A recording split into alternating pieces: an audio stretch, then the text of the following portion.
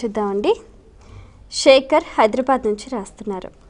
దోష పరిహారం కోసం ఉపాసనలు ఎన్నిసార్లు చేయాలి తెలియచేయగలరు అంటూ రాస్తున్నారు. ఈ దోషం ఆ దోషం అనేది తెలిస్తే దాన్ని బట్టి పరిహారం ఉంటుంది. ఉదాహరణకి తెలుసో తెలియకో తల్లిని తన్నాడు అనుకుందాం.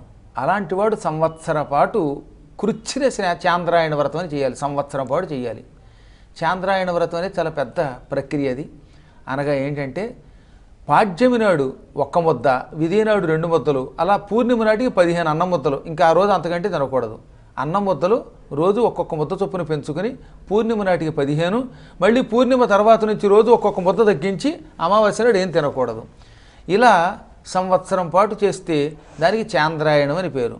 ఆ చాంద్రాయణంలో కూడా కేవలం సూర్యోదయ సమయంలో మాత్రమే తింటూ మిగతా కాలంలో తినకుండా ఉంటే దానికి కృచ్ఛ్ర చాంద్రాయణ వ్రతం అని కూడా పేరు.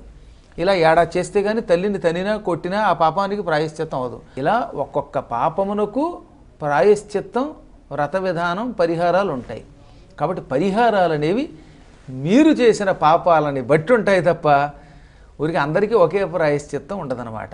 మహాపాపాలకి ప్రాయశ్చిత్తం వేరు, చిన్న పాపాలకి ప్రాయశ్చిత్తం వేరు. ఉదాహరణకి మాబోటి గురువు గారిని ఎవరైనా తెలియక తిట్టారనుకోండి, ఆ గురువుని తిట్టినప్పుడు వాడికి సంవత్సరం పాటు రోజు దానం చేయాలని నియమం చెప్పారు. అదే గురువుని కాకుండా శిష్యులు తిట్టారనుకోండి, అప్పుడు ఒక్కరోజు దానం చేస్తే పాపం పోతుంది. ఎంత తేడా ఉంది మరి ఇక్కడ. అందువల్ల మనకి శిక్షలు కూడా ఒక అధికారంలో ఉన్నవాడిని చంపితే వచ్చే శిక్ష ఎక్కువగా ఉంటుంది. అదే సామాన్యుడిని చంపితే వచ్చే శిక్ష తేడాగా ఉంటుంది. గ్యారంటీగా హత్యే, కానీ అందరికీ ఉరిశిక్ష వేయరు. అదే మీరు తీసుకెళ్ళి ఏదో పెద్ద స్థాయిలో ఉన్నవాడిని చంపారంటే మాత్రం జనం అంతా వాడి మీద విరుచుకుపడిపోయి వాడికి ఉరేసేదాకా వాడిని బతకనివ్వరు. కాబట్టి చేసిన పాపమును బట్టి పరిహారములు 1 సారా 2 సార్లా 3 సార్లా లేకపోతే యావజ్జీవితమా అని ఉంటాయి. మీరు ఏ పాపం చేశారో ఈసారి చెబితే మీ పాపానికి ప్రాయశ్చిత్తం నేను బాగా వివరంగా చెప్పగలుగుతాను. అయితే ఇప్పుడు కొన్ని కుజ దోషాలని, సర్పదోషం అని అలా దోష పరిహారానికి పూజలు చెప్తూ ఉంటారు కదండి. అవి మరి ఒక్కసారి చేస్తే ఆ దోషాలన్నీ పోతాయా అని. కుజ దోషం ఉందంటే దానికి 9 మంగళవారాలు చేయాలని మనకి శివపురాణంలోని ద్వాదశ జ్యోతిర్లింగ మహిమలో ఉన్నది. ద్వాదశ జ్యోతిర్లింగ మహిమ శివపురాణంలో ఉంటుంది. అందులో కుజ దోషానికి 9 మంగళవారాలు చేయమన్నారు. అలాగే బల్లిపాట్లు ఉన్నాయి, వాటికైతే ఒక్కసారి చాలు.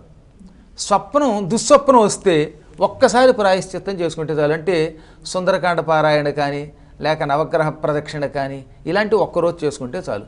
ఏళ్ళనాటి శని ఉంటే అటువంటి వాడు 27 శనివారముల పాటు శనికి ప్రదక్షిణ చేస్తే కానీ ఆ ఏళ్ళనాటి శని పోదు. ఇలా వారి వారి తీవ్ర జాతకాదులని బట్టి ప్రాయశ్చిత్తం, పరిహారం ఎక్కువగా ఉంటాయి. మరి